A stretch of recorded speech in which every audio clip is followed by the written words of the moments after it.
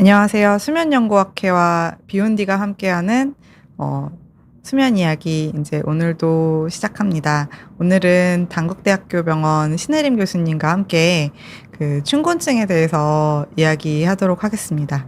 예. 신혜림 교수님 안녕하세요. 안녕하세요. 네. 예. 요새 봄인데 좀 어떠세요? 컨디션이나 이런 거 어떠세요? 봄이 와서 이제 봄이 올 때 춘곤증 흔히 많이 말씀하시지 않습니까? 그래서 네. 저도 낮에 졸음이 오고 피곤하고 이런 거를 요새 많이 느끼고 있습니다. 네. 아까 하셨던 말씀이랑 좀 다른 것 같은데. 맨날 졸리다면서요. 근데 저는 약간 보험을 좀 타는 편이거든요. 네, 그래서 네네. 근데 이제 그게 저는 입시 실패 역사 때문에 그렇다고 생각했는데 이번에 이제 준비하면서 보니까 다른 이유들도 있을 수 있겠구나 싶어가지고 네. 예, 이제 저희 또 시청자분들이랑 공유하면 좋을 것 같고 그래서 같이 우리 공부를 해서 네. 네, 잘 말씀드려 보도록 하겠습니다. 네. 네. 일단 오늘 저희가 말씀드릴 주제는 봄이 왔는데 왜 피곤할까? 춘곤증 탈출법이고요. 예, 그다음에 의학적인 관점에선 어떤지 이런 얘기를 좀 주로 오늘은 좀 가볍게 그렇게 좀 가보겠습니다. 저 이거 막 공부를 되게 막 많이 해가지고 말씀을 드렸더니 저희 남편이 무슨 얘기 하는지 잘 모르겠다고 재미없다고 이래가지고 좀 가벼운 얘기 위주로 좀 더 끌어봤습니다. 예. 저희는 네, 저는 네. 단국대병원 신경과 신혜림이라고 합니다. 네, 저는 건양대학교 병원 신경과 장혜연이고 이제 수면연구학회 홍보 간사를 맡고 있습니다. 네, 그래서 오늘 말씀드릴 거는 크게 이제 네 가지인데요. 춘곤증이 이제 뭔지에 대해서 정의를 좀 같이 살펴보고, 그다음에 이게 왜 걸리는지, 그다음에 어떻게 극복할 수 있는지, 그다음에 이게 뭐 다른 질환하고 또 좀 구분을 해줘야 될 포인트들은 어딘지, 예, 그렇게 한번 그런 순서로 말씀드려보겠습니다. 그래서 우선은 이제 정의를 좀 말씀을 드릴 건데요. 제가 앞쪽에 이제 그 춘곤증의 정의에 대해서 말씀을 드리고, 그다음에 이게 그러면 질병인가 아닌가 이런 거에 대한 얘기를 또 신혜림 교수님 이어서 해주시겠습니다. 춘곤증은 이제 그 봄철에 나타나는 그런 증상인데요. 이게 우리나라에만 춘곤증이라는 용어가 있는 건지 아니면은 뭐 외국에도 있는 건지 한번 찾아봤더니 뭐 스프링 파티그, 그러니까 봄의 피로죠. 그다음에 스프링 아스세니아 이런 용어들이 있더라고요. 그래서 다른 나라에도 다 이제 있는 것이 알려져 있는 그런 증상인 걸로 보이고, 그 봄철에 그 이제 막 피곤하고 졸리고 이런 거를 그러니까 전 세계 사람들이 다 공통으로 느꼈던 거죠. 그리고 주로 3월에서 5월 이제 사실은 봄이 이제 슬슬 끝나가고 있는데 네, 3월에서 5월 사이에 발생을 하고 그다음에 그 이제 계절 변화에 신체 리듬이 조정하는 과정이다. 이렇게 정의로는 그렇게 돼 있습니다. 증상은 이제 평소보다 굉장히 또 피곤하고 졸리고 그다음에 집중력 떨어지고 무기력하고 식욕 변화인데 이게 이제 사실은 저희가 의학 용어로는 비특이적인 증상이라고 얘기를 하는데 사실 이런 증상은 무슨 병이 걸려도 다 있을 수 있잖아요. 그래서 이제 이런 그러니까 증상들이 일단은 이런 증상들이 있으면 춘곤증인가 이런 생각들을 한 번쯤 다 해보시면 되겠습니다. 그다음에 이제 춘곤증은 특별한 뭐 질병이라기보다는 이제 이렇게 어떤 일종의 증상이고 그다음에 이렇게 현대 의학에서는 이제 어떤 햇빛을 쪼이는 시간, 호르몬 분비, 체온 조절 메커니즘 이런 변화들로 의학적으로 설명을 할 수 있고, 그다음에 이제 일시적으로 그냥 몸이 적응 과정으로 이제 되는 거고, 그다음에 사실은 요즘은 막 이제 막 기본적으로 다 우리 그런 하얀색 형광등 다 켜고 살잖아요. 사실 제일 영향을 많이 주는 게 이 수면 문제에 있어서는 빛인데 이거를 사실은 고정값으로 현대인들은 가지고 간다고 보는 게 맞는 거거든요. 네. 그래서 사실은 예전에 비해서는 이 춘곤증의 그런 중요도라든지 아니면 이렇게 또 신체 실제적인 영향이라든지 이런 게 많이 줄어들긴 한 것 같아요. 어릴 때랑 비교해 보면. 근데 이제 옛날에 농사 짓고 다 살 때는 겨울 내내 이제 별거 안 하고 이제 가을 거지 끝나고 1년 동안에 노동을 막 집약적으로 하다가 겨울 동안에 푹 쉬고 그 다음에 이제 봄이 시작되는 시기에 이제 다 녹았던 근육과 그 다음에 쉬는 거에 이제 맞춰져 있던 몸과 막 이런 것들을 다시 몸을 움직이는 시기로 가지고 와야 됐었던 농경사회에서는 굉장히 그때는 되게 더 중요한 문제였을 것 같고 사람들이 더 심하게 겪었을 것 같고 그런데 이제 요즘은 사실은 옛날처럼 그러진 않는 것 같아요. 제 개인적으로 느끼기에도 아까 신혜림 교수님도 네. 늘 졸리시다고 한 것처럼 네, 맞습니다. 네, 사실 우리는 사실 농한기가 없잖아요. 네. 우리는 다 1년 내내 농번기인 거니까 네. 사실 요즘 일하는 사람들은 덜 느낄 수도 있을 것 같아요. 좀 그렇지만 뭐 느끼시는 분들도 있으니까 네. 예, 저희가 또 얘기를 한번 해볼 거고 그다음에 이제 이거랑 연관돼서 사실은 저희가 오늘 다른 방송에 비해서는 막 논문이나 이런 거 사실 거의 안 들고 왔거든요. 이유가 논문이 많이 없어요. 네. 네. 이제 여러 가지 이유가 있을 텐데 연구하기가 어려워서 그런 게 있을 것 같고 네. 왜냐하면 이게 되게 많은 사람들 대상으로 계속 추적을 하면서 해야 되는 건데 네.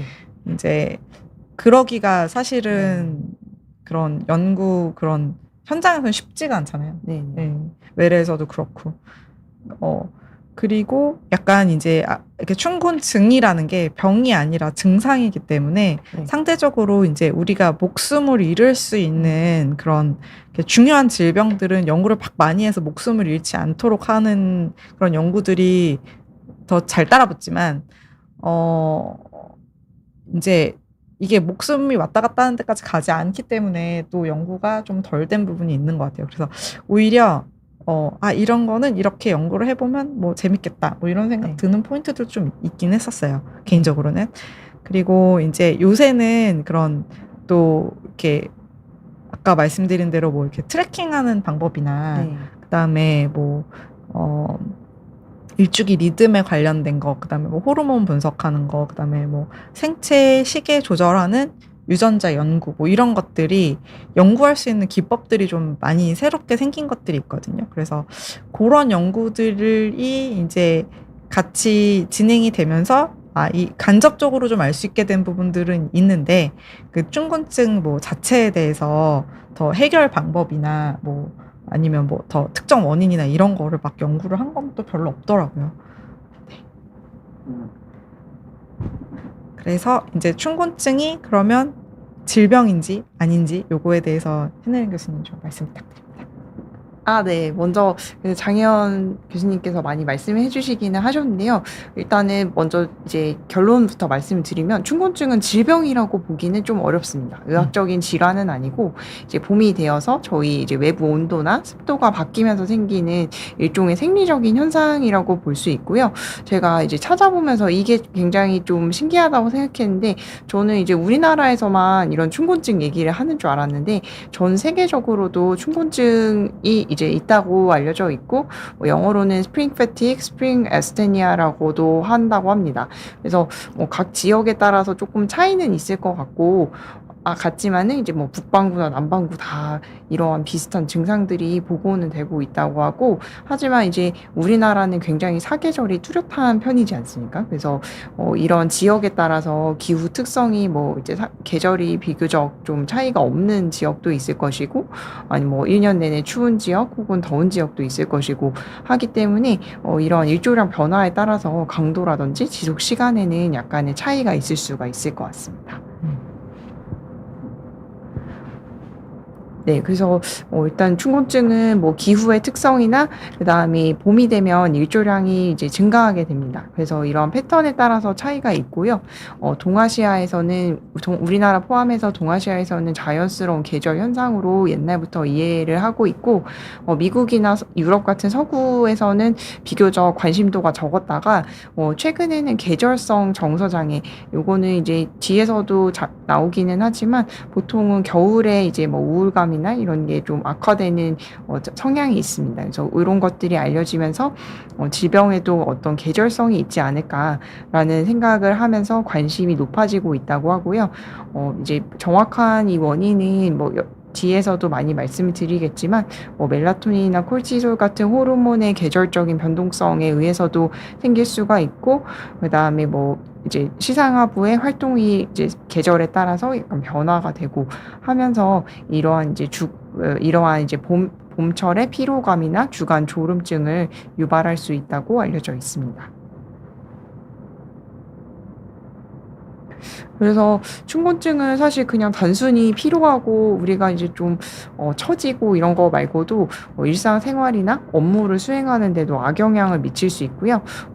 같이 동반될 수 있는 증상은 피로하고 졸립고 집중력이 저하되고 나른하고 의욕이 저하되고 이런 것들이 있을 수가 있고 이것과 연관돼서 조금 저는 흥미롭다고 생각했던 게 봄철에 작업 관련된 사고나 혹은 이제 업무상의 실수가 조금 더 증가한다 이런 경향도 알려져 있다고 합니다. 그래서 사실은 뭐 그냥 단순히 피로하고 그냥 졸립고 이런 거면은 뭐 일시적인 이제 계절적인 현상이니까 뭐 그냥 크게 신경을 쓰지 않을 수도 있겠지만 이러한 봄철에 작업 관련 사고나 실수 같은 것도 동반이 될 수 있기 때문에 이러한 영향을 최소화하기 위해서 관리를 하는 것이 필요하겠습니다. 피로, 졸음, 집중력 저하, 권태감, 나른함, 업무 능력 저하, 의욕 저하. 참 되게 다들 겪고 있는 네, 다들 겪고 있는 건데 요즘 봄이라서 그렇다라고 약간 하나의 그런 핑계? 이유? 그런 게 좀 될 수도 있겠네요. 근데 봄철 그 작업 관련 사고랑 실수가 증가하는 게 뭐 데이터가 있었나요? 저도 이런 데이터를 좀 찾아보려고 했는데 정확한 사실 논문 같은 거는 찾지는 못했고요. 근데 봄철에 이제 졸음으로 인해서 교통사고 같은 이제 사고가 조금 더 늘어날 수도 있다 이런 데이터는 찾아보긴 했었습니다. 네. 그런 뭐 그러니까 산불은 좀 관련 없는 것 같은데 그런 그 공장 현장에서 그런 큰 불 나고 이런 게 이렇게 뉴스에 나올 정도의 큰 불 이런 게 생각해보니 봄철이 많았었던 것 같기도 하다 이런 생각도 좀 들긴 하네요. 네. 그 다음으로는 이제 춘곤증 원인에 대해서 좀 말씀드리도록 하겠습니다. 크게 이제 그 몸에서 일어나는 어떤 일들 때문에 이렇게 되는지 그거 부분을 제가 좀 말씀을 드리고 생활습관 이제 관련한 또 얘기를 신혜림 교수님께서 이어서 해주시겠습니다. 일단은 이게 아까도 말씀드렸지만 이 잠에 관련된 거는 무조건 빛이 제일 중요하거든요. 그래서 빛을 그 쪼이는 거에 따라서 이 호르몬들이 다르게 나오거나 다르게 반응을 하거든요. 저희 이제 수면 관련해서 제일 대표 호르몬 이제 약으로도 있는 멜라토닌 같은 경우는 이 이제 그 불이 꺼지면 그 이렇게 빛이 차단되면은 쫙 올라가고 그다음에 이제 세로토닌은 빛을 쬐야지 올라가는 건데 얘는 이제 각성하고 뭐 기분 조절 이런 데 다 관여가 되는 거거든요. 근데 이 빛의 시간이 달라지면 얘네가 반응을 다르게 하는 거죠. 그리고 그거 말고도 이제 다른 호르몬들이 다 이제 다르게 이제 반응을 하게 되고 여기 이렇게 그림이 이 일조량에 따라서 그 멜라토닌이 다르게 분비되는 거를 되게 실증한 논문이거든요. 이게 보면은 91년도에 나온 논문이에요. 근데 이제 이 호르몬 관련된 빛하고 호르몬 관련된 논문들이 굉장히 여러 논문들이 있습니다. 그리고 이제 또 기온하고도 관련이 되는데요. 겨울에는 이제 막 열을 이게 이제 체온이 떨어지면 안 되니까 체온을 유지하기 위한 그런 에너지 소비가 늘어나거든요. 근데 봄이 되면은 기온이 올라가면서 그거에 대한 필요성이 줄어들고 대신에 이제 이 올라갔다 내려갔다 이 일교차에 적응을 해야 되는 것 때문에 몸이 그거에 좀 적응을 해야 됩니다. 그래서 이 에너지 소비 패턴의 변화 때문에 되게 피곤하다고 느낄 수 있는 거죠. 그리고 이제 그 아까도 말씀드렸지만 이게 농한기, 농번기가 있는 그런 상황에서는 이제 일을 안 하다가 또 일을 해야 되니까 그거에 대한 적응도 또 필요하고 그다음에 에너지 체온 조절, 에너지 소비 패턴 그러니까 이게 그냥 가만히 있으면서 쉬면서 지방을 축적하던 때랑 나가서 뭔가를 막 일을 해야 되는 때랑은 몸한테 필요한 게 다르잖아요. 그럼 몸의 입장에서는 그거에 맞춰서 다른 것들을 다 재조정을 해야 되는 거거든요. 그래서 내가 아무것도 하고 있지 않아도 몸은 그런 걸 계속 하기 때문에 굉장히 피곤하다고 느낄 수 있는 거죠. 그리고 또 이제 그 여기 보시면 아까 이제 멜라토닌, 세로토닌 말씀드렸는데 코티솔이라는 호르몬이 있거든요.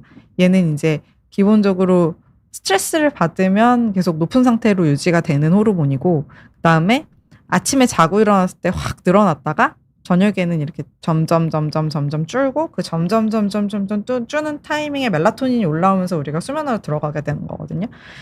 근데 얘가 이제 여기 보시면 요게 이제 그림이 잘 안 보이실 텐데 이게 되게 여러 연구에서 빛하고 코티솔하고 직접적인 영향이 있는지를 본 네. 건데 보면 막 이게 이렇게 이런 그림이 나오는 이유가 논문마다 연구 방법마다 있다 없다 막 이런 식으로 나와서 그런 거거든요. 그래서 빛에 직접적으로 연관이 있냐? 그거는 좀 상황을 봐야 되는데 근데 이제 그 확실히 이 신체 리듬이 바뀌면 그러면 이제 영향을 확실히 받는 것 같아요. 그러니까 빛의 네. 직접적인 원인은 아니더라도 이제 자고 깨는 것 자체가 영향을 받으니까 이제 코티솔하고도 연관이 되는 거죠. 그래서 이제 근데 이제 코티솔의 변화를 몸은 굉장히 막 이렇게 혈압이나 뭐 이런 걸로 아주 직접적으로 또 나오는 부분이라서 이런 것 때문에 몸이 굉장히 피곤하다고 느낄 수 있고 또 한 가지는 이제 꽃가루 알레르기 이런 거랑도 좀 연관이 있을 수 있는 것 같아요. 이게 그거 요새 인터넷에 짤 도는 거 보셨어요? 삼나무 하나에서 나오는 그 꽃가루의 양 해가지고 이렇게 삼나무 꽃가루 이렇게 치면은 그 아. 쇼츠가 나와요. 근데 네네. 삼나무가 이렇게 넘어지면서 거기서 꽃가루가 확 나오는데 그 꽃가루의 양이 어마어마하거든요. 네. 네. 근데 이제 물론 이제 그 우리나라는 삼나무가 많이 없잖아요. 네. 우리는 봐봐야 그 귀여운 송화가루 정도잖아요. 네네. 근데 그 삼나무 그 일본 사람들이 그래서 꽃가루 알레르기 엄청 심하게 앓는데요. 그 삼나무가 일본에 많아가지고. 네. 근데 이제 꽃가루 알레르기가 일단 있으신 분들은 이제 봄에는 그것 때문에 몸도 적응을 해야 되는데 이제 알레르기까지 막 오니까 네. 코 막히고 이제 이렇게 밤에 이제 숨이 잘 안 쉬어지면서 네. 수면의 질이 떨어지면 또 낮에 피로하고 그래서 그거를 충곤증으로 느끼실 수도 있을 것 같아요. 교수님은 혹시 뭐 꽃가루 알레르기나 이런 건 없으세요? 저도 제가 비염이 심해서 아. 예, 봄에 사실은 코막힘이나 호흡곤란 때문에 수면의 질이 저하된다. 이거는 굉장히 공감이 되고요.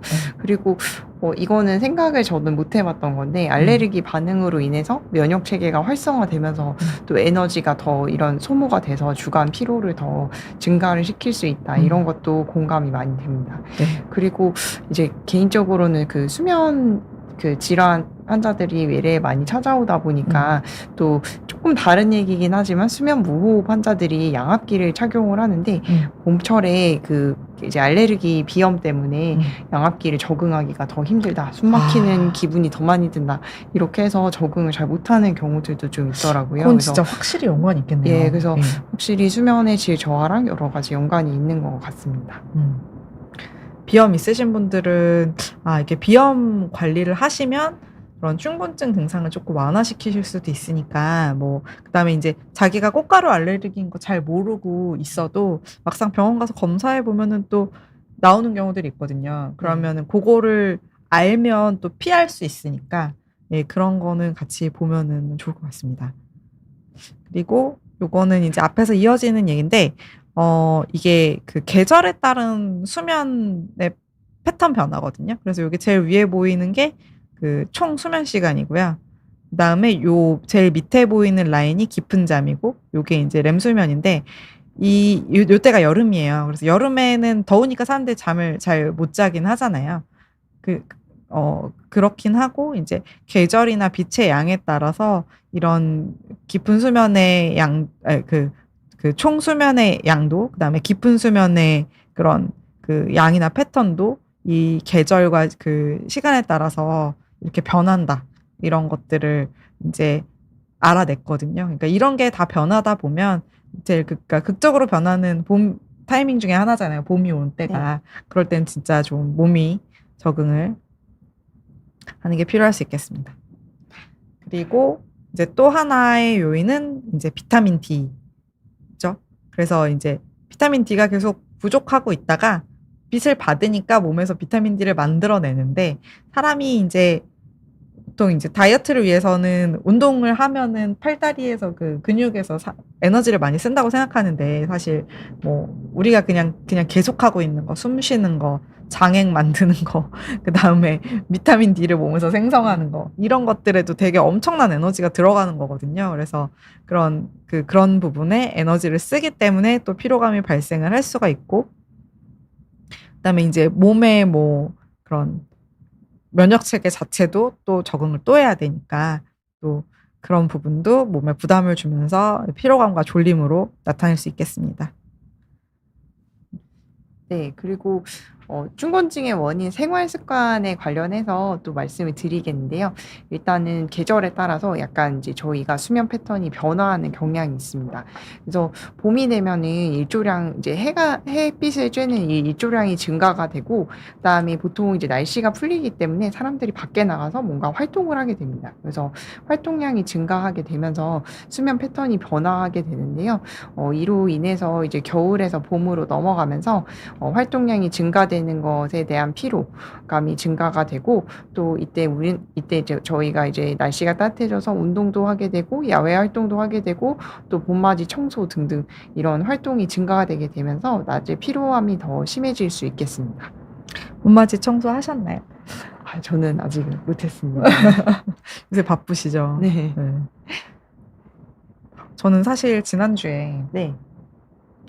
이제 겨울 내에 방치했던 화단을 다시 정리를 했거든요. 네네. 네, 그러다가 화초를 그게 이제 삽목이라 그래서 네. 이렇게 가지를 해서 이렇게 잘 해가지고 심으면 네. 또 새로운 걸로 분할 수 있고 이런 정리를 했는데 네. 실패해가지고 화단의 원래 관리자인 다른 가족이 굉장히 혼나고 있습니다. 안타까운 소식이네요. 네. 그리고 저희가 이제 또 일교차로 인해서 면역계도 많이 바뀌게 되는데요. 그래서 온도가 바뀌면 이런 저희는 이제 체온을 항상 일정하게 유지를 해야 되기 때문에 이러한 체온 조절의 메커니즘에 부담을 주게 되어서 면역계에 영향을 미치게 된다고 합니다. 그래서 사실 봄이 되면은 일교차가 굉장히 많이 발생합니다. 그래서 이로 인해서 이 그림에서도 보시듯이 뭐 아침 저녁에는 춥고 한낮에는 덥고 이제 온도가 왔다 갔다 차이가 크기 때문에 이런 것들이 면역력에 좀 이제 악화 영향을 미칠 수 있다고 하고요. 그다음에 아까도 잠깐 말씀드렸지만 봄철 알레르기 증상으로 인해서 수면 장애가 더 심해질 수 있어서 자다가 깨는 것도 더 증가를 하고, 그다음에 수면의 효율도 떨어지고 하면서 이제 주간 피로감이나 졸음이 더 심해질 수 있겠습니다. 사실 면역계까지 얘기 안 해도 그냥 아침 저녁 그 온도차는 진짜 너무 힘든 것 같아요. 요새는 좀 난데 한 3, 4월만 해도 막 옷도 여러 겹으로 입어야 되고 그다음에 어디 가려고 그러면 막 챙겨야 될 것도 많고 일단은 춥다가 덥다가 하면 그냥 뭐 면역계가 힘들지 않아도 내가 너무 힘들고 그렇죠. 네. 그랬던 것 같습니다. 그리고 뭐 이거는 모든 사람이 그런 건 아니지만 사람들이 이제 봄철이 되면은 옷차림이 가벼워지면서 체중을 감량하기 위한 시도들을 많이 합니다. 그러면서 이제 영양이 또 결핍이 되면 이런 피로가 더 악화가 될 수 있고요. 그다음에 3월에 이제 우리나라 같은 경우는 전부 다 학교도 시작하고 직장도 시작하고 새로운 업무도 시작이 되고 이런 경우가 많기 때문에 환경 변화로 인한 또 스트레스가 증가가 됩니다. 그래서 스트레스 자체도 사실은 피로를 악화시킬 수가 있고요. 그다음에 뭐 스트레스가 많으니까 잠도 잘 못 자겠죠. 그래서 수면의 질이 저하되면서 더 피로를 악화시킬 수 있습니다. 아까 제가 그 농경사회에서 현대사회로 넘어오면서 우리에게 농한기가 없어졌다 이렇게 네. 얘기를 했는데, 근데 이제 우리가 어쨌든 3월에 입학하고 네. 2월에 졸업하고 네. 또 사회생활 자체가 3월에 시작되고 그러는 거 보면 아직도 그 농경사회의 그런 전통 문화 이런 게 그래도 남아있네요. 생각을 못했는데 네. 그 여전히 충곤증은 중요한 이슈일 수는 있을 것 같습니다.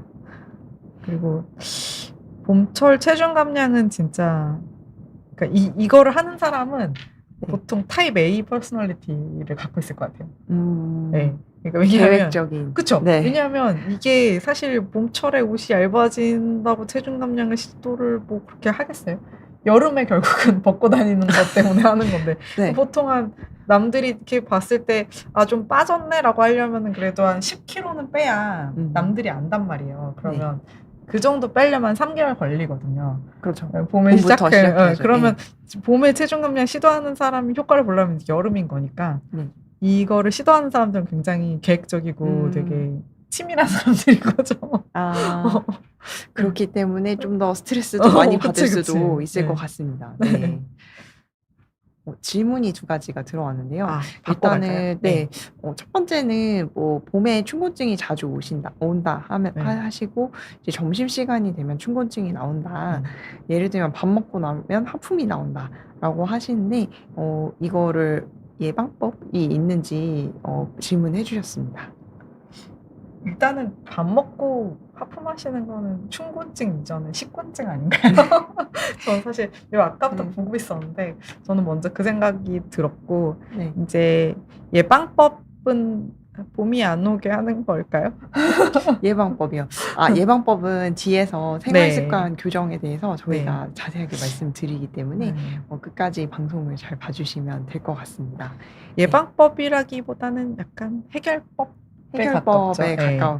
예방법이라는 건 그런 일이 안 일어나도록 하는 건데 그러면 봄이 안 오게 해야 되는데 그럴 순 없죠.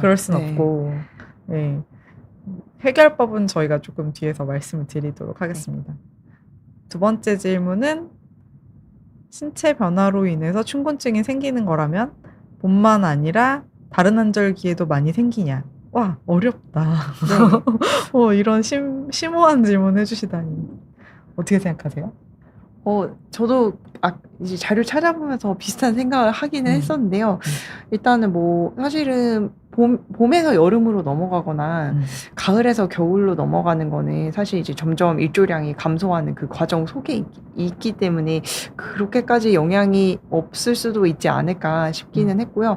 가을은 또 여름에서 가을이 넘어갈 때는 보통 가을 탄다고 하지 않습니까? 그래서 일조량이 감소하면서 생기는 뭐 우울감이나 아니면은 좀 이제 무기력감 이런 것들은 있을 수가 있을 것 같은데 피로감에 대해서는 사실은 봄철에 대해서 좀 더 많이 알려져 있는 것 같습니다. 그리고 아까도 말씀드렸지만 이렇게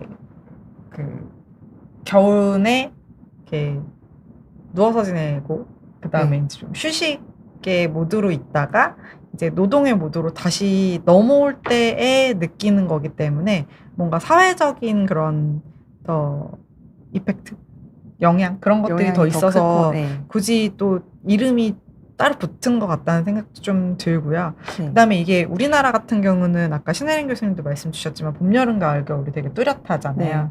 근데 이제 그렇지 않은 지역이나 아니면 그 패턴이 다른 지역에서는 또 좀 다르게 나올 수도 있을 것 같아요. 그래서 제가 이제 이런 논문이나 자료 같은 거 좀 찾다가 어떤 그 중동 쪽에서 나온 이제 중동 쪽에서 조사된 거를 봤는데 라마단이 네. 그 이슬람력으로 9월 그러니까 9번째 달부터 10번째 달까지 이렇게 넘어가면서 9번째 달을 라마단으로 하는 거라고 하거든요. 네. 근데 그때가 이제 우리로 치면은 그러니까 이 서양 우리 그 그레고리력에서는 3, 4월인 거예요. 그러니까 지금 딱 우리 요 지나고 있는 요 네네. 봄철인 거죠. 근데 라마단이 이제 그 한 달 동안 네. 해가 뜨기 전에 먹고 해가 진 다음에 먹고 네. 낮 동안은 하루 종일 금식을 금식. 하면서 이제 기도와 선행을 하고 뭐 이렇게 그렇게 지내는 거잖아요. 그래서 네. 아 이게 혹시 중동식 춘곤증 극복법인가? 라마단이 그런 생각도 좀 아. 했습니다. 네. 그래서 어. 약간 그런 이게 이 지구에 어디 있냐에 따라서 네네. 좀 다를 수 있을 것 같아요. 아. 예. 그러니까 뭐 당연히 예. 이 기온이 급격하게 바뀌면서 네. 뭔가 사람들이 행동을 달리해야 되는 그 타이밍에 네. 뭔가 그런 게 생기면 다 이렇게 그 같은 맥락이라고 볼 수도 있을 것 같습니다. 새로운 접근법인 것 같습니다. 네. 네. 라마단 한번 찾아봤어요. 아. 아니, 왜냐하면 제가 전부터 네. 그러니까 중동 쪽에 좀 관심이 좀 있어서 네네. 제가 그 수면을 그 공부하면서 관심을 가지게 된 이유가 네. 그 사람들은 아예 우리랑 물론 시간관념도 완전 다르고 옛날에 우리 코리아 타임이라고 네네. 막 뭐 이렇게 하루를 10시간을 24시간이 아니라 한 네. 우리 기준으로 3시간 간격으로 나눠가지고 시간 약속도 그렇게 잡듯이 네. 지금 중동에서 그렇게 비슷하게 한다고 아. 하거든요. 시간을 네네. 정하거나 막 이런 걸 할 때. 그 다음에 이렇게 하루를 시작하고 끝내는 시간 자체도 굉장히 늦고. 근데 이제 수면하는 사람 입장에서 그 관심을 가지게 된 게 이게 결국은 그 아마 기온이나 이런 것 때문에 네. 그런 뭐라 그러지 하루를 늦게 시작하고 늦게 끝내는 문화가 생겼을 건데 네. 그 이제 그렇다 그러면은 이제 그 수면이라는 거를 네. 그 사람들에게는 어떻게 지도를 해야 어떻게 정의를 해줘야 이렇게 좀 그 사람들이 원하는 뭐 발전이나 이런 거에 더 도움이 될 수 있을까? 그게 뭐 내부적으로는 어떤 그런 그 사회 발전을 이루고 싶어 하는데 네. 그러려면 이제 기존의 이제 다른 세계들과 맞춰가야 된다고 생각을 하는데 그런 수면 패턴의 문화가 굉장히 네. 큰 걸림돌 중에 하나래요. 네, 그래서 그런 생각을 하다가 라마단으로 이어진 건데 네. 그래서 라마단이 중동식 춘곤증 해결법인가 뭐 그런 생각을 좀 했습니다. 그래서 이제 원인은 저희가 충분히 말씀드린 것 같고 그래서 이제 네. 어떻게 극복할 건지를 좀 정리를 해서 말씀을 드릴 건데요. 제가 수면 관리 전략을 좀 말씀드리고 그다음에 신혜린 교수님이 이제 생활 습관 쪽을 또 말씀을 주시도록 하겠습니다. 그래서 이제 봄철에는 결국은 이게 춘곤증이 일어나는 게 그 수면 시간을 조절을 해야 돼서 춘곤증이 일어나는 거잖아요. 그래서 이제 우리가 규칙적인 수면 각성 패턴 유지를 하고 요런 게 기본적으로는 모든 수면 문제에서 다 중요하고요.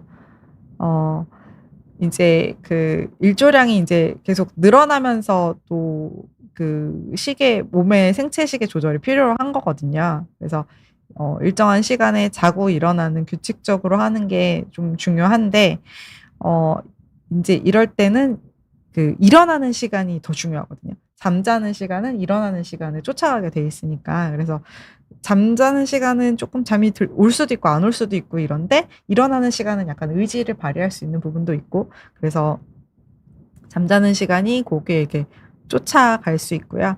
그다음에 이제 이게 주말하고 평일하고 일어나는 시간이 2시간 이상 차이가 나면 심혈관 질환의 위험성이 올라가거든요. 그래서 주말하고 평일하고 차이가 많이 난다는 거는 사실은 주 중에 이제 수면 시간이 부족하다는 거거든요. 그래서 그러지 않으려면 주중에도 이제 수면 시간을 확보를 충분히 해주셔야 그 차이를 또 줄일 수가 있어요. 그래서 생체 시계 자체를 맞춰가는 과정에서 요런 지식들을 좀 갖고 수면 위생을 지켜주시면 이런 좀 일교차나 이런 거에 좀 영향을 덜 받으실 수 있을 것 같습니다. 그리고 약간 낮잠을 짧게 우리 파워 낮잠이라고 하는 그런 짧은 낮잠을 자는 것도 좀 도움이 될 수 있는데요. 일단 길이는 짧은 게 좋아요. 그러니까 막 한 10분, 20분 이 정도. 그리고 너무 깊게 수면을 들어가면 안 되기 때문에 짧게 가져가야 되는 거거든요. 그다음에 이제 좀 충분히 이제 이게 이렇게 잠깐 한 10분, 20분 졸고 나면 약간 반짝하면서 약간 재부팅 된다는 네. 느낌 받을 때가 있잖아요. 그래서 네. 그 오후 시간을 좀 생산적으로 보낼 수 있게 해주는 것도 있고, 그다음에 이제 권장하는 거는 이제 점심 먹고 아까 그 식사하고 졸리시다 그랬는데 그 타이밍에 살짝 10분, 20분 졸아주시는 게 그나마 제일 그 앞뒤 시간을 효과적으로 쓸 수 있는 시간대일 것 같고, 3시를 넘어가게 되면 조금 그 밤잠에 영향을 주거든요. 그래서 그런 거는 조금 3시 이후로는 피하시는 게 좋고, 그래서 그냥 제가 쓰는 팁을 말씀을 드리면 너무 졸려서 자야 되는데 오후 시간은 또 좀 활기차고 보내고 싶을 때는 이렇게 커피 한 잔을 최대한 빨리 마시고 그다음에 바로 잠을 드는 거예요. 그러니까 커피가 들어가자마자 바로 작용을 하는 게 아니라 몸에 흡수돼서 작용하기까지의 시간이 한 20분 정도거든요. 그러면은 딱 먹고 바로 탁 누워서 잘 수만 있으면 20분 있다가는 아주 확 제대로 깨는 거죠. 네. 그래서 그런 식으로 좀 활용을 할 수 있을 것 같습니다. 그리고 이제 잠을 또 편안하게 자야 낮에 또 이렇게 활기차게 일을 할 수 있기 때문에 이렇게 적절한 수면 환경이 뭔지를 좀 말씀을 짚고 넘어갈 건데요. 일단은 실내 온도는 우리가 생각하는 따뜻하다보다는 살짝 낮게 약간 칠하다 그러죠. 그래서 한 18도에서 20도 사이. 그다음에 습도는 그냥 일반적으로 뭐 40에서 60 그냥 보통 우리 지금 있는 그런 정도 습도. 그다음에 이게 이제 그냥 보통 일반 커튼 쓰시는 분들이 수면에 문제가 생기셨다 그러면 그 커튼을 바꾸는 것만으로 좀 도움이 되실 수가 있어요. 그래서 이게 결국은 봄철에 이렇게 해 뜨는 시간이 빨라지면서 그거에 영향을 받는 거기 때문에 춘곤증일 때 그 암막 커튼 같은 거 쓰시면 좋고, 귀마개나 백색 소음은 저는 조금 그거는 좀 퀘스천. 어떻게 생각하세요? 귀마개나 백색 소음. 백색소음이 잠자는데 도움이 된다라고 해서 백색소음 사실 기기들도 많이 나와 있는데요. 저는 개인적으로 이런 소리가 나면 더 잠을 못 자는 성향이 있어서 이게 또 잘 맞으시는 분들은 또 괜찮을 수 있겠지만 네. 또 사람에 따라서 조금 안 맞으시는 분도 있지 않을까 싶고요. 귀마개를 아예 하고 자는 거는 귀마개를 아예 하고 주무시는 거는 좀 착용감 때문에 또 조금 불편감이 있지 않을까 싶기는 한데 뭐 그렇게 불편하지 않다라고 하면은 또 사용해 보시는 것도 방법일 수 있을 것 같습니다. 저는 좀 걱정이 되는 게 귀마개를 쓰면 네. 아침에 못 일어날 수도 있을 것 같아요. 그렇죠. 저도 그 점이 제일 걱정되기는 합니다. 엄마가 네. 들어와서 등짝 스매싱을 해주기 전에 못 일어날 수도 있잖아요. 그리고 백색 소음, 이제 뭐 백색 소음이나 이제 저는 이제 불면증 있으신 환자분들한테 이렇게 보는 거 말고 듣는 거는 잠드는데 그렇게 방해가 되지 않기 때문에 활용하시라고 알려드리는 경우가 있는데, 밤새 뭐 그게 책 읽는 소리가 됐든 유튜브가 됐든 백색 소음이 됐든 밤새 소리가 틀어져 있는 거는 결국은 수면에 악영 주는 것 같아요. 왜냐하면은 수면에는 단계가 있고 이게 그 깊은 잠으로 갔다가 낮은 잠, 네. 얕은 잠으로 갔다가 계속 반복되는 사이클이 있기 때문에 얕은 수면의 단계에 왔을 때 깨는데 기여를 할 수가 있거든요. 어떤 네. 소리든. 그래서 만약에 이게 소음이나 이런 걸 활용을 하시더라도 이게 이제 요새는 자동으로 꺼지는 기능 같은 게 모든 기계에 거의 다 들어가 있기 때문에 그런 거를 좀 활용하셔서 뭐 얼마 이내에 꺼지도록 세팅하셔서 쓰는 거가 좋을 것 같다는 생각이 좀 들었습니다. 그다음에 요거는 좀 그렇긴 한데 침구류를 잘 관리해 주시는 게 좋거든요. 주 1회 침구 세탁이라고 제가 써놓긴 했는데 이거 꽃가루 알레르기 있으시고 막 이런 분들은 요 정도 해주셔야 될 것 같고, 저도 주 1회 침구 관리 못하기 때문에 주일에 쉽지 않습니다. 네. 저는 불가능하다고 생각하거든요. 진짜 알레르기 심하신 분들은 좀 네. 그러셔도 될 것 같고, 알레르기 방지할 수 있는 요새 잘 나온 되게 비싼 막 한 세트에 100만 원 넘는 알레르기 방지 침구 커버도 있다고 합니다.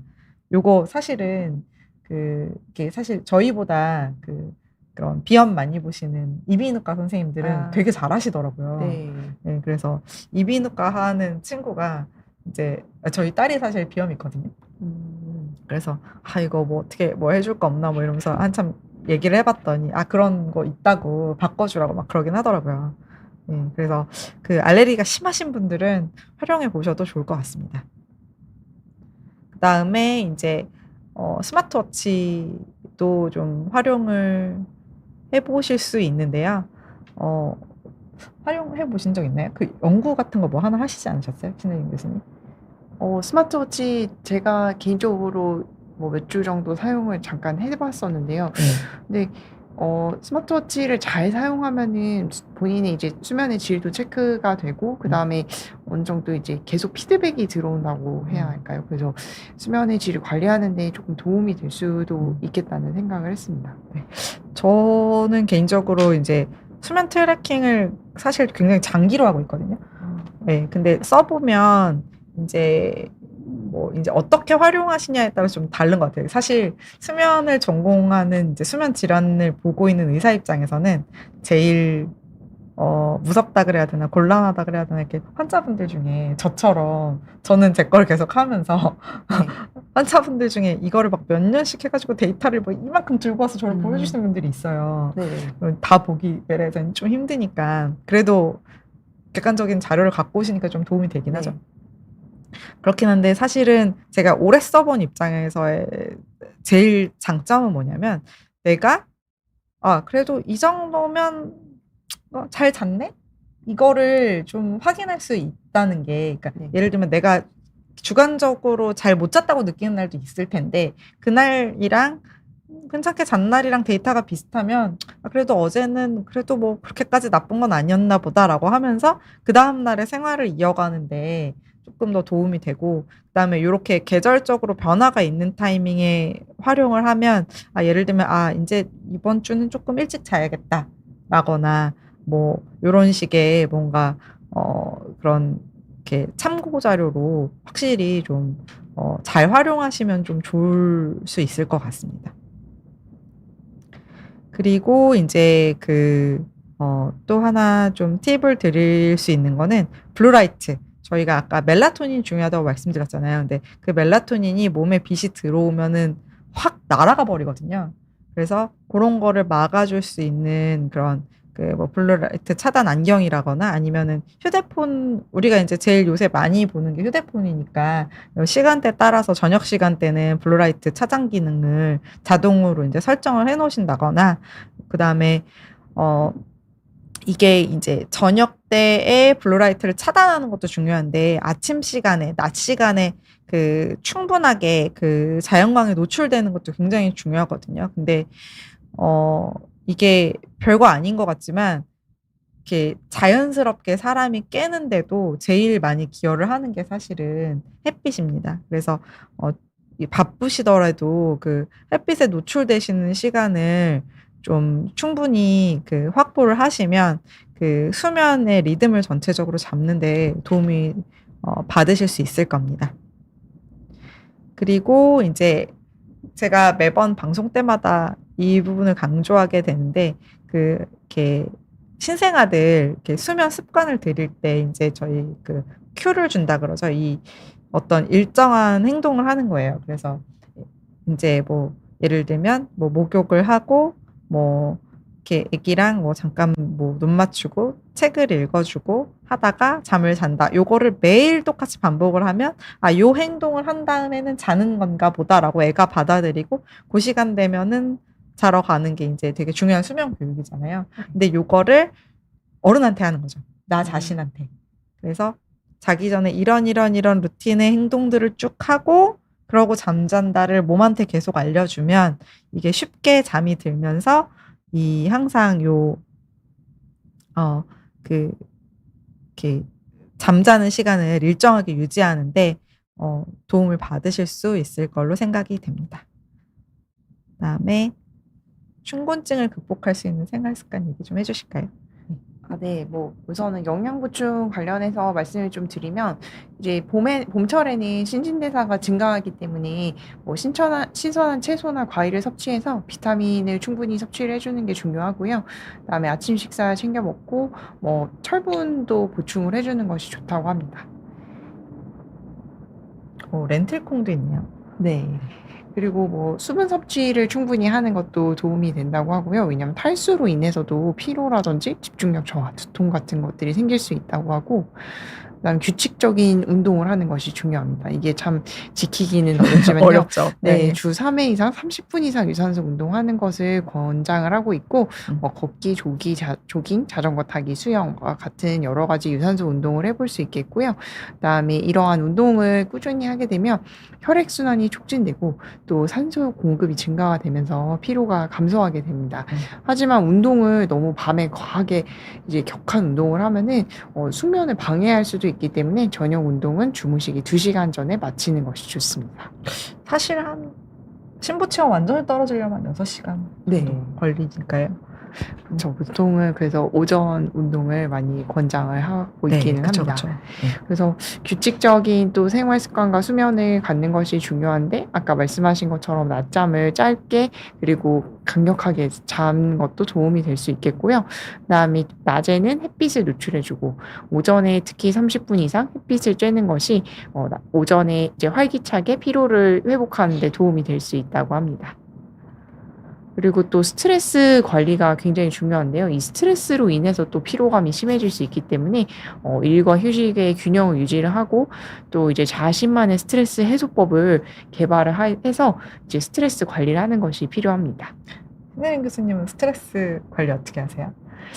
이 스트레스 관리를 하는 이제 루틴이 다 각자 있는데요. 저는 뭐 개인적으로 이제 목욕을 하면서 스트레스를 푸는 편이고요. 네. 혹시 스트레스 관리 어떻게 하시나요?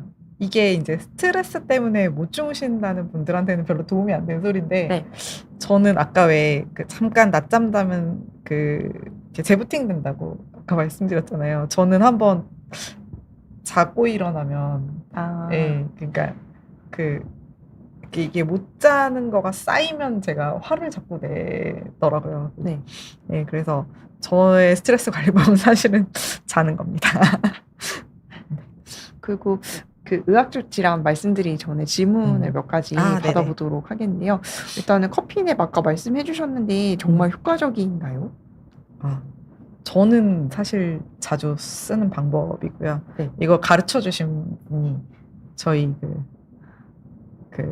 수면 정기용 교수님이 알려주신 거라서 아주 전 잘 써먹고 있습니다. 네, 그래서 좀 도움이 되는 것 같고요. 저는 개인적으로 남편이 응급의학과 의사라 이제 교대 근무를 합니다. 그래서 밤낮이 계속 바뀌는데요. 이 커피냅을 사용을 하면은 이제 낮에 굉장히 피곤하고 졸릴 때 도움이 많이 된다라고 얘기를 들었습니다. 또 다음 질문은 수면 시간을 일정하게 해야 하지만 예민하게 영향을 받는 것이 수면이기 때문에 일정 패턴 유지가 어렵다고 합니다. 그래서 커피로 또 불면증 생기고 스트레스 생기면 불면증 생기고 이거 어떻게 해야 될까요? 아까도 잠깐 나오긴 했는데 자신만의 스트레스 해소법을 갖는 것이 굉장히 중요할 것 같고요. 또 잠이 잘 오지 않더라도 수면 시간을 일정하게 좀 규칙적으로 유지를 하는 게 건강한 수면 패턴을 잡는 데 도움이 될 것 같습니다. 스트레스 관리가 사실 제일 어렵죠. 그러니까 살면서 안 받을 수가 없는데 이거 푸는 방법을 다 하나씩은 마련하시는 게 좋을 것 같아요. 저는 잠자고 일어나고 그거 말고 하나 더 있는데 좋아하는 음식 하나 정도, 그러니까 요거를 먹으면 언제 어떻게 먹어도 행복해라는 그런 음식 하나 정도 본인을 위해서 기억해 놓으시는 거 어떨까, 그런 생각도 좀 해봅니다. 마지막 질문이 있는데요. 햇빛에 의해서 자연스럽게 눈을 뜨기 위해서 암막 커튼을 치지 말라는 말도 있는데 이것이 혼란스럽다 하셨는데 요건 또 어떻게 생각하십니까? 햇볕에 의해서 자연스럽게 눈 뜰 수 있으려면 거의 뭐 경제적 자유를 달성하신 분이 아닐까요? 이게 그 아침에 해 뜨는 시간이 되게 계절에 따라 차이가 많이 엄청 나죠. 차이가 네. 많이 나는데 계절의 영향을 받지 않으면서 햇볕에 자연스럽게 눈 뜬다고 하면은 거의 그런 경제 활동을 안 하셔도 되는 분일 것 같아요. 저는 네. 개인적으로 드는 네. 생각은 저희가 이제 대부분 도시에 살지 않습니까? 그래서 도시의 이 조명으로 인한 공해가 굉장히 큽니다. 그래서 뭐 불도 켜져 있는 집도 많고요. 그 다음에 불 켜져 있는 건물이라든지 간판이라든지 이런 것들이 맞아. 네. 수면을 방해하기 때문에 밤에 이러한 것들을 이제 암막 커튼을 통해서 막아줌으로써 수면에 좀 더 도움을 주는 측면이 더 클 것 같습니다. 네, 제 생각에도 그냥 아침에 일어나는 거가 일정하게 시간을 가져가려면 햇볕에 의존하는 것보다는 그냥 소리로 하는 게 있고요. 그다음에 요새 그런 알람이 있어요. 이거 제가 그때 결혼 선물로 받았던 건데 알람이 빛 알람이 있어요. 그러니까 소리가 안 나고 그 네네. 시간을 맞춰 놓으면 얘가 이렇게 빛이 다 켜지는. 처음에 네. 깜빡 하다가 얘가 쫙 켜지는 거예요. 그런 알람도 있으니까 뭐 암막 커튼을 밤에 써서 아까 말씀하신 그런 광공해를 차단하고 그다음에 빛으로 깨고 싶으면 그런 장치를 활용하고 이런 그 현대 과학의 그런 힘을 빌리는 것도 좋을 것 같습니다. 네, 그래서 뭐 충곤증은 이제 뭐 병적인 현상은 아니고 이제 증상이라고 말씀드렸었는데요. 하지만 이 충곤증과 구분해야 될 의학적인 질환들도 있습니다. 예를 들면 수면 무호흡증이나 뭐 기면증 포함해서 주간 졸음증을 유발하는 여러 가지 수면 장애가 있고요. 또 만성 피로 증후군, 그다음에 갑상선 저하증, 그다음에 계절성 정서 장애나 뭐 우울증과 같은 것들이 주간 피로감을 같이 동반할 수 있기 때문에 충곤증과 구분하는 것이 필요합니다. 이게 순서가 저희 네. 조금 마지막에 점검을 못했더니 그래서 충곤증하고 다른 질환하고 이제 앞에서도 잠깐 말씀을 주셨는데 의학적 질환들이 있거든요. 그래서 요 마지막으로는 어떨 때 병원을 가봐야 되는지, 그 다음에 뭐 이게 단순 충곤증과 다른 걸 어떻게 구분하는지 그런 얘기를 짧게 드리겠습니다. 우선 뭐 충곤증은 그냥 봄에만 그러는 거죠. 제일 중요한 거는. 그다음에 일시적으로 피곤하고 졸리고 집중력 떨어지고, 그다음에 좀 쉬면 낫고, 일상생활에 좀 지장은 있는데 뭐 완전 뭐 아무것도 못하겠다 이 정도는 아닌 거고, 이제 위험 신호는 이게 뭐 3주 이상, 이게 몸이 적응되는 과정이 3주 이상 되면은 적응을 했어야 되는 거거든요. 그게 지나간 정도로 계속 그러면은 좀 그게 다른 문제가 있지 않나를 좀 봐야 되는 거고, 그다음에 잠은 어느 정도 자는 것 같은데 계속 피곤하다 그러면 좀 이상한 거거든요.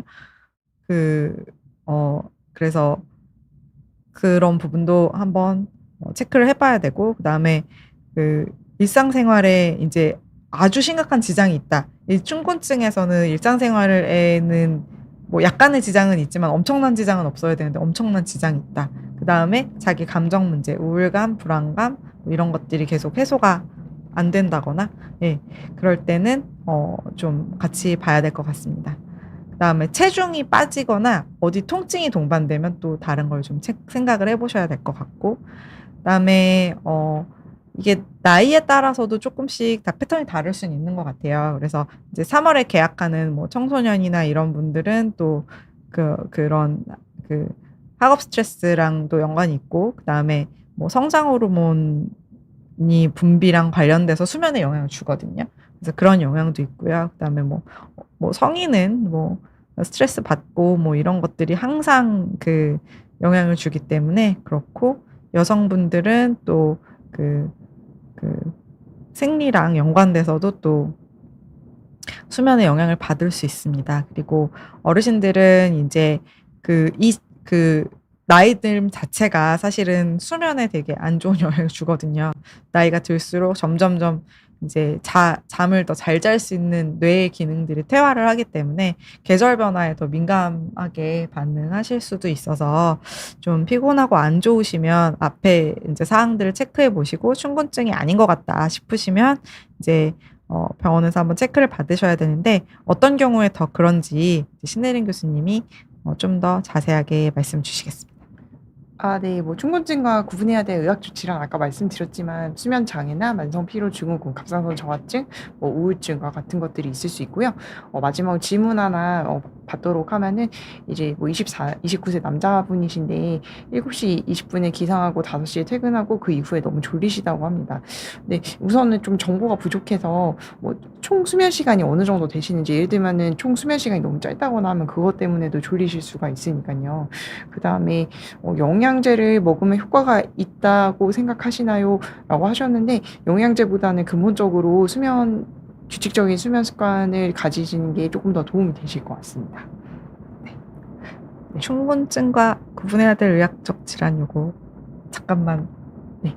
말씀 주시고. 네. 아까 말씀드렸는데. 아. 네. 수면장애. 네. 네. 네. 그러시면 네. 저희 오늘 준비한 내용은 여기까지고요. 오늘 또 신혜연 교수님이 또 되게 출연해 주시고 또 그 질문도 잘 받아주셔서 오늘 평소보다 시청자분들이 더 좋으셨을 것 같습니다.